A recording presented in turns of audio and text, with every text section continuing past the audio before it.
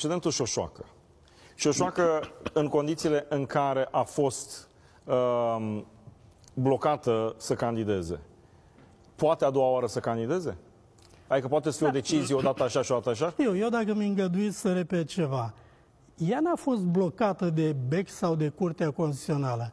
Curtea Constituțională a constatat că este incompatibilă prin comportamentul ei, prin atitudinea față de valori constituționale, cu funcția de președinte. Răspunsul simplu, nu. Nu poate candida. Nu poate candida. Nu. Dar dacă doamna Șoșoacă, cu exprimări, ca să zic așa, europene, în anumite chestiuni mai moi decât ale domnului Georgescu, a primit această decizie, ce șansă are domnul Georgescu să meargă mai departe cu declarațiile pe care le știm?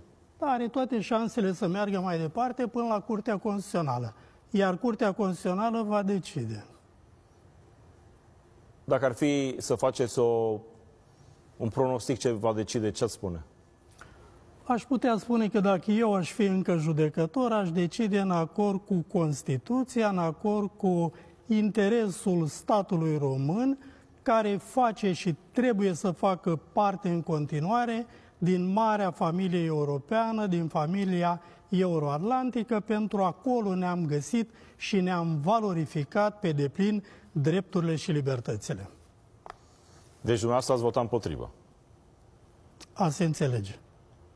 Mulțumesc mult. Plăcere. Doamnelor și domnilor, foarte interesant interviu cu profesorul Tudorel Toader.